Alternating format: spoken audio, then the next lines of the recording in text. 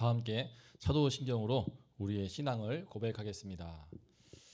전능하사 천지를 만드신 하나님 아버지를 내가 믿사오며 그 외아들 우리 주 예수 그리스도를 믿사오니 이는 성령으로 잉태하사 동정녀 마리아에게 나시고 본디오 빌라도에게 고난을 받으사 십자가에 못 박혀 죽으시고 장사한 지 사흘 만에 죽은 자 가운데서 다시 살아나시며 하늘에 오르사 전능하신 하나님 우편에 앉아 계시다가 저리로서 산자와 죽은 자를 심판하러 오시리라.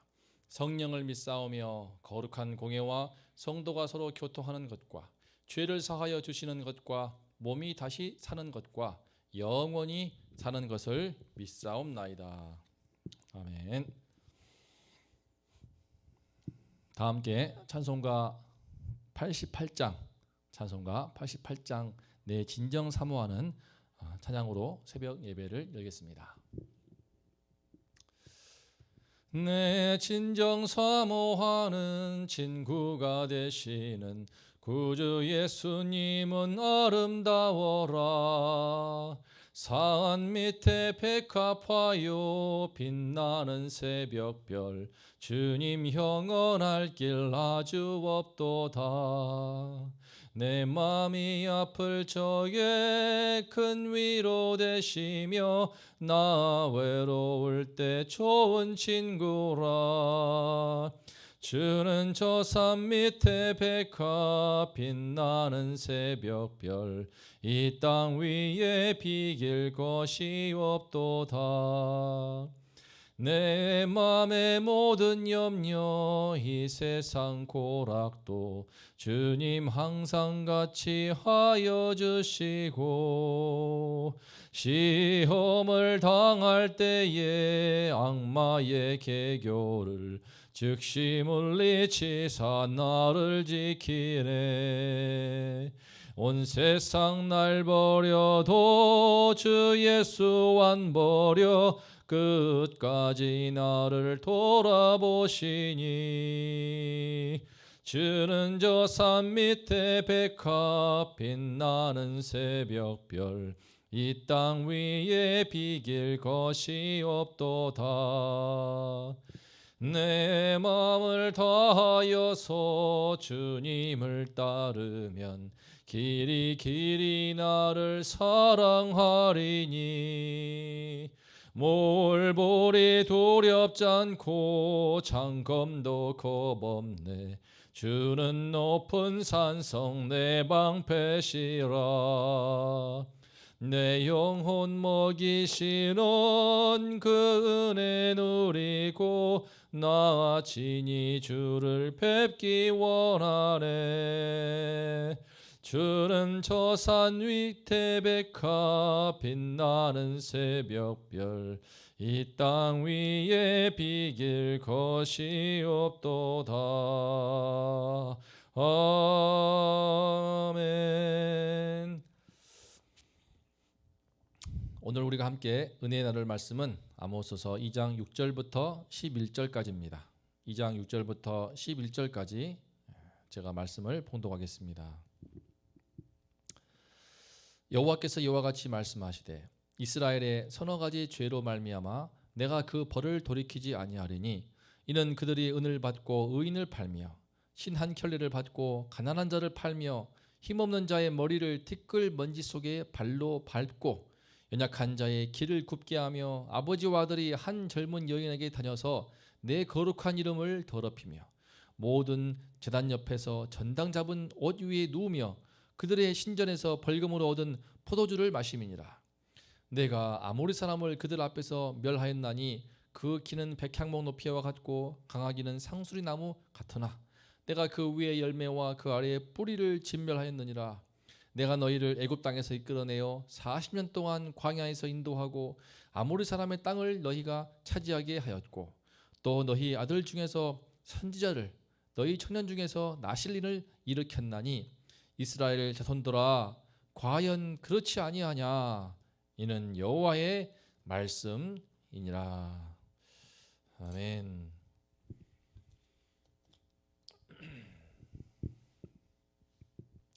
오늘 말씀의 제목은 받은 은혜를 기억하자입니다.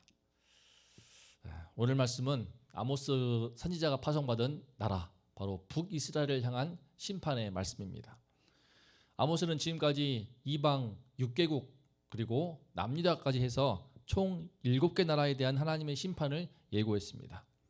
그런데 지금까지 그들의 심판에 대한 말씀을 잘 보면은 2절이나 3절이었습니다. 불과 두세 절에 불과했는데 북이스라엘의 경우는 다릅니다. 역시나 그들의 죄악은 어마어마했습니다. 무려 11절이나 됩니다. 그만큼 북이스라엘의 죄가 최소한 2절 3절에 비해서 11절이니까 3배, 4배, 많으면 5배까지 그 죄가 많았다는 것을 의미합니다. 어쩌다가 그들이 이렇게 심판에 처할 수밖에 없는 악한 상태가 되었을까요? 이 시간에 그들의 죄악이 무엇이었고 어쩌다가 그렇게 부패했는지 그 원인에 대해서 살펴보고자 합니다. 오늘 말씀을 통해서 하나님의 택함받은 백성이, 우리 예수 믿는 성도가 어떻게 하면 끝까지 이런 북이스라엘처럼 변질되거나 타락하지 않고 하나님 앞에 거룩한 백성으로 아름답게 살 수 있는지를 생각해 보면 좋겠습니다. 6절부터 8절은 북이스라엘이 심판을 자초하게 된 죄목을 쭉 열거하고 있습니다. 여호와께서 이와 같이 말씀하시되 이스라엘의 서너 가지 죄로 말미암아 내가 그 벌을 돌이키지 아니하리니. 지금 앞에 총 7개 나라에 대한 심판의 말씀과 패턴은 똑같습니다. 이렇게 시작한 다음에 대표적인 죄악을 하나만 말했습니다. 하지만 북이스라엘은 그렇지 않습니다. 죄가 한두 개가 아니기 때문에 쭉 열거하고 있습니다. 먼저 그들은 은을 받고 의인을 팔았고 신 한 켤레 값만 받고 가난한 자를 팔아버렸습니다. 사람을 돈을 주고 사고 파는 것입니다. 이 죄가 지금 북이스라엘 죄악의 제일 첫 번째로 선두에 나온 것을 볼 때에 당시 북이스라엘 가운데에는 소위 인신매매가 매우 만연하였다는 것을 알 수 있습니다. 자기 동족인데 심지어 여호와 하나님을 함께 주로 부르는 언약 백성인데도 그 안에 하나님의 형상이 새겨져 있음에도 불구하고 가난하다고, 돈이 없다고 해서, 힘이 없다고 해서 돈 몇 푼을 받고 심지어 신발 한 짝에 사람을 팔아버렸습니다. 아무리 의인이라고 해도, 의롭고 착하고 바른 삶을 산 사람이라도 돈이 없고 가난하고 힘이 없으면 소용없습니다. 코숨치면서 그런 의인조차 팔아버렸습니다. 7절을 보면은 그들은 힘없는 자의 머리를 티끌 먼지 속에 발로 짓밟고 연약한 자의 길을 굽게 했습니다. 무슨 뜻인가 하면은 말 그대로 가난한 사람들, 신분이 낮고 힘이 없는 그런 사람들은 좀 있는 것들이, 가진 것들이 그 머리를 티끌 먼지로, 땅바닥에 먼지로 짓밟더라는 것입니다. 그만큼 부자들이 가난한 사람들, 사회적 약자들에게 무자비하게 행하였다는 것을 상징적으로 보여주는 표현입니다. 8절이 말하듯이 그들은 가난한 사람들한테는 높은 이자를 붙여서 돈을 빌려주고 갚지 못하면은 돈이 없으니까 그들은 전당을 잡혔습니다. 바로 자기들이 입고 있는 한벌 겉옷으로 전당을 잡혔습니다. 추울 때는 이불 역할도 하는 그 사람들에게는 생명과도 같은 겉옷인데 전당 잡힌 그 옷을 돈을 갚지 않는다고 해서 돌려주지 않았습니다. 추워서 벌벌 떨든 말든 상관하지 않았습니다. 오히려 신전에서 벌금으로 얻은 포도주를 마시면서 쾌락을 즐겼습니다. 요즘으로 친다고 하면은 추운 겨울에 집세를 못 내니까 나가라고 쫓아내는 셈이 아닐까요? 전세 보증금 엄청 인상한 다음에 못 올 것 같으면은, 못 줄 것 같으면은 내 알 바 아니니까 당장 집 나가라, 뭐 이런 통보와 같은 셈입니다. 출애굽기 22장을 보면은 전당 잡은 옷에 대해서 이 겉옷을 빼앗지 말라고 이와 같이 말씀하고 있습니다. 네가 만일 이웃의 옷을 전당 잡거든 해가 지기 전에 그에게 돌려보내라. 그것이 유일한 옷이라. 그것이 그의 알몸을 가릴 옷인즉 그가 무엇을 입고 자겠느냐. 그가 내게 부르짖으면 내가 들으리니 나는 자비로운 자임이니라. 그러나 당시 북이스라엘은 이처럼 가난한 사람들, 밤에 추위로 잠조차 잘 수 없는 그런 동족들의 고통, 그들의 인권에 대해서는 너무나 무심하였고 관심도 없고 오로지 자신들의 이익과 쾌락에만 여념없었습니다. 북이스라엘 백성이 그런 상태가 되어버린 것입니다. 그런데 더 끔찍한 것은 7절 말씀을 뒤에 보면은 아버지와 아들이 한 젊은 여인에게 다녀서 내 거룩한 이름을 더럽히며 라고 말하고 있습니다. 이것은 말하기도 되게 지저분한 건데요. 아버지와 아들이 한 젊은 여인, 히브리어로 결혼하지 않은 어떤 처녀거나 나이 어린 여성을 가리키는데 부자지간에 그런 아버지와 아들이 그 어린 여자를 똑같이 취하더라. 그 여성이 매춘부인지 아니면 그 집에 돈 주고 산 몸종인지 알 수 없지만 원문을 보면은 한 젊은 여인에게로 다닌다라고 할 때 그 다닌다라는 동사가 한 번뿐인 것이 아니라 습관적으로 반복적으로 행하는 뜻을 말하고 있습니다. 한두 번이 아니고 그 부자가 한 여인과 그런 성관계를 부자지간에 그런 가지간 악행을 하면서도 전혀 양심의 가책도 없이 반복해서 거리낌 없이 죄악을 행할 만큼 당시 북이스라엘의 성도덕이 무너지고 참 태폐적인 그런 삶이 됐다는 것을 보여줍니다. 여호와께서는 내 거룩한 이름을 더럽혔다라고 진노하십니다. 우리는 여기서 이해가 안 갑니다. 하나님의 백성 이스라엘이 비록 남유다는 아니고 정통성이 떨어지지만 북이스라엘 백성들도 하나님의 백성인데 어떻게 하다가 이렇게 되어버렸을까? 왜 이렇게 하나님의 거룩한 이름을 더럽히는 추악하고 추잡한 민족이 되었을까? 우리는 그 이유를 오늘 말씀 9절과 11절에서 볼 수 있는데요. 한마디로 자기들이 지금 하나님께 그동안 얼마나 큰 은혜와 자비를 받았는지 그 은혜를 새카맣게 잊어버렸기 때문입니다.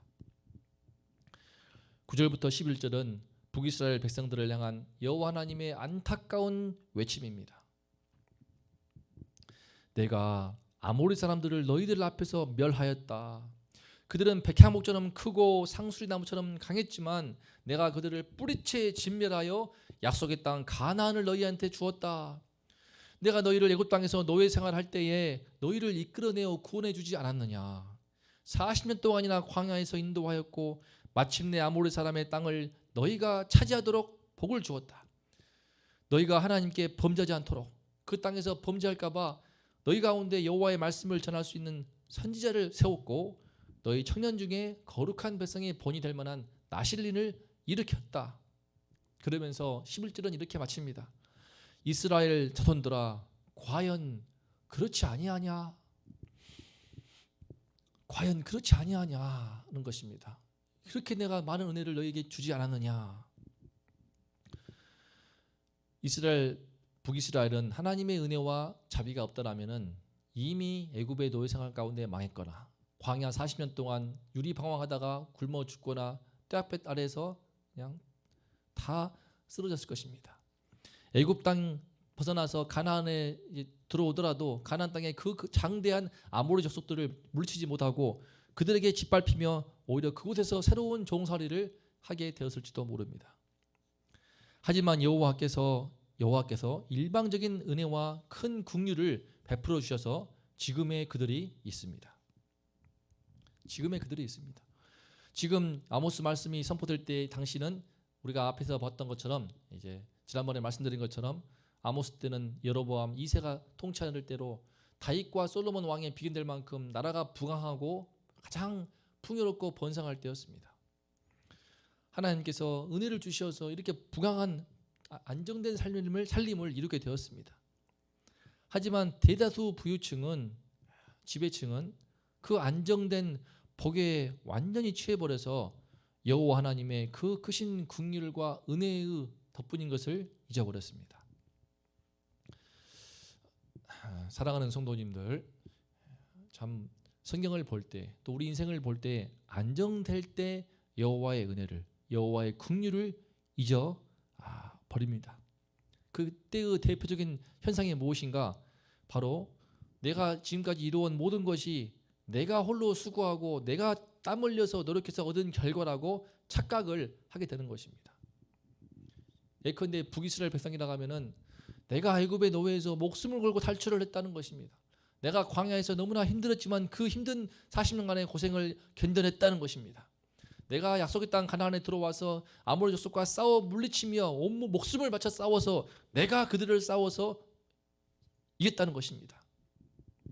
하나님의 은혜와 하나님의 긍휼, 그 크신 구원의 손길과 모든 도우심에 대해서는 새카맣게 잊어버리고 전부 내가 노력을 하고 내가 수고했고 내 공로의 결과라고 하는 어마어마한 착각에 들어오기 시작하는 것입니다. 이것이 하나님의 은혜를 잊어버리고 나를 향한 불쌍히 여기시고 도우신 하나님의 도우심을 다 잊어버린 사람들의 발생하는 현상입니다. 그래서 더 안정적이고 더 확실한 미래를 내가 힘으로 확보하기 위해서 하나님의 은혜 주신 그 창고에 더 많이 채워넣기 위해서 욕심을 내게 됩니다. 주위를 둘러볼 때 그들에 비해서 훨씬 참 은혜를 누리고 있지만 사치와 또 허영에 빠지면서 참 나누지를 못하는 것입니다. 내가 힘써 수고했고 내가 노력하여 얻은 것인데 왜 이것을 다른 사람들한테 자비로 베풀 수 있겠습니까? 결국은 크신 은혜와 긍휼로 좀 살만하게 되고 안정되면 될수록 더 이기적이고 더 탐욕스러운 사람이 되어서 고통 중이는 사람을 전혀 돌보지 못하는 그런 상태에 이르고 마는 것입니다. 지금 북이스라엘 백성이 모든 민족이 통째로 지금 그러한 상태에 처하게 되었습니다. 사랑하는 성도님들, 우리는 예수님의 그 십자가의 보혈의 은혜로 크신 구원의 은혜를 받았습니다. 그 구원의 은혜뿐만 아니라 우리 삶 가운데서 이 고달픈 인생길 가운데 주님의 세심하시고 각별하신 각양의 은혜를 도우심을 우리가 늘 삶 속에서 받고 있습니다. 우리가 지금 이만큼이라도 살 수 있다 한다는 것은 주님의 은혜인 것을 고백하지 않을 수가 없습니다. 물론 그 가운데 우리 성도님들이 피땀 흘린 수고와 노력이 있을 것입니다. 하지만 분명한 것은 우리 하나님의 은혜와 자비가 함께 하시지 않았다면 오늘의 지금 이만큼 살만하고 이만큼 지낼만한 나는 결코 있을 수 없다는 것입니다. 이 땅의 모든 성도는 예수님께서 피 흘리심으로 우리에게 허락하신 구원의 은혜, 그리고 우리 삶 속에서 늘 함께 하시는 임마누엘의 은혜 속에서 모든 도우심과 돌보심과 지키심과 보호하심과 인도하심의 은혜를 받으면서 사는 존재가 바로 우리 예수를 믿는 성도입니다. 과연 그렇지 않습니까? 오늘 주님께서 말씀하시는 것처럼 이스라엘 자손들아, 과연 그렇지 아니하냐? 과연 그렇지 않습니까? 우리 삶을 돌아볼 때 주님의 은혜가 아니었으면, 주님이 불쌍히 여기시고 구원하시지 않았더라면 나를 도와주시고 그때마다 위기 때마다 시험의 때마다 어려움과 시련의 때마다 나를 돌보시고 내가 일어날 수 있도록 힘을 주지 않았더라면, 도움의 손길을 베풀지 않았더라면 나는 이미 쓰러지고 넘어지고 망하고 말았을 것입니다. 우리가 이제까지 나에게 베푸신 주님의 은혜, 지금 이 순간도 누리고 있고 허락하시는 그 한량없는 은혜를 알고 나를 불쌍히 여기시고 도우시는 그 도움의 손길을 알고 항상 감사하며 마음에 깊이 생생히 기억할 수 있기를 기도합니다. 그리고 그 크신 은혜를 기억하면서 그 내가 받은 그 은혜로우심, 내가 경험한 그 자비로우심, 그 불쌍히 여기는 그 긍휼하심을 본받아서 내 주위에 고통받는 이웃이 있다면, 내 주위에 아파하는 이웃이 있다면 외면하지 말고 돌아보는 우리가 될 수 있기를 기도합니다. 필요한 도움을 주고 베풀고 나눌 수 있기를 기도합니다. 돕고 세울 수 있기를 기도합니다. 그리할 때 하나님 나라의 참 백성으로 성장하며 북이스라엘과 달리 주님의 칭찬받는 거룩한 백성, 멋진 아름다운 제사장 나라가 될 줄을 믿습니다. 다 함께 오늘 말씀을 생각하며 기도하겠습니다.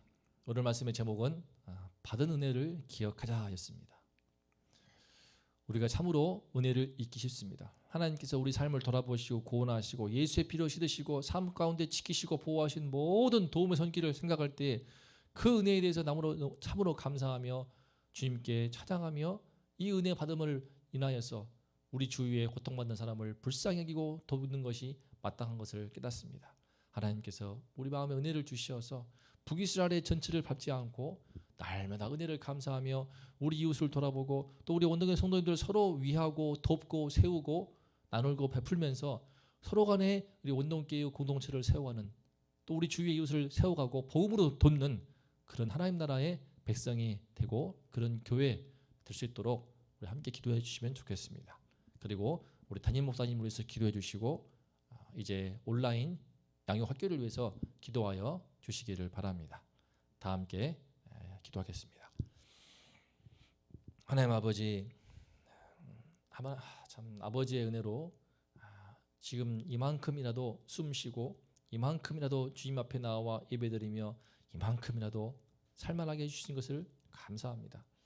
아버지 하나님의 크신 구원의 은혜가 아니었다라면, 예수 그리스도의 그 보혈의 은총을 믿는 믿음을 주시지 않았다라면 내 삶 가운데 가장 섬세하고 세심하게 돌보시고 지켜주시고 인도하여 주신 그 은혜가 아니었다라면 우리는 모두 다 이미 쓰러지고 죄 가운데 넘어지고 망할 수밖에 없습니다. 주의 심판에 처할 수밖에 없습니다. 하나님 아버지여, 북이스라엘 백성과 같은 전체를 밟지 않도록 늘 나와 함께 하시고 은혜 베풀어 주시는 우리 주님을 기억하고 지금도 누리는 그 은혜를 기억하고 주님께 늘 감사하며 주님의 은혜로우심, 주님의 그 긍휼하심, 주님의 그 자비하심을 본받는 하나님의 백성 될 수 있도록 함께하여 주시옵소서. 우리 원동의 모든 성도님들이 우리 하나님의 내가 경험한 그 은혜로우심과 자비로우심과 그 긍휼하심을 함께 나누며 우리 주위에 고통받은 이웃을 섬길 수 있게 도와주시고 복음으로 또 내 가지고 있는 허락된 나의 물질로 나누고 베풀며 그 영혼을 돕고 세우고 살릴 수 있는 그런 성숙한 믿음의 사람 될 수 있도록 하나님 아버지 함께하여 주시옵소서. 주님께서 우리 귀하신 담임 목사님 굳게 세워주시고 성령의 충만함을 주시어서 늘 주의 말씀으로 강건케 하여 주시옵소서. 하나님께서 기도하실 때마다 기도의 응답을 주시어서 주님께서 영광을 드러내어 주시고 하나님께서 우리 원동교가 더욱더 주의 말씀과 기도 위에 성령의 은혜 속에 굳건히 설 수 있도록 축복하여 주시옵소서. 아버지께서 온라인 양육학교를 통하여서 성도님들이 깊이 있게 주의 말씀에 뿌리를 내리며 그 믿음이 반석 위에 설 수 있도록 함께하여 주시옵소서. 오늘 하루도 주님의 은혜를 사모합니다. 주의 은혜와 함께하게 도와주시고 주의 은혜를 기억하면서 내 주위에 나의 이웃 도움을 필요하고 나의 손길을, 나의 따뜻한 한마디를 기다리는 이웃이 있다면, 성도가 있다면 기꺼이 찾아가서 섬길 수 있게 하시고 베풀게 도와주시고 도와서 세울 수 있게 하여 주시옵소서. 감사드립니다. 주님, 오늘 하루 함께하여 주시옵소서.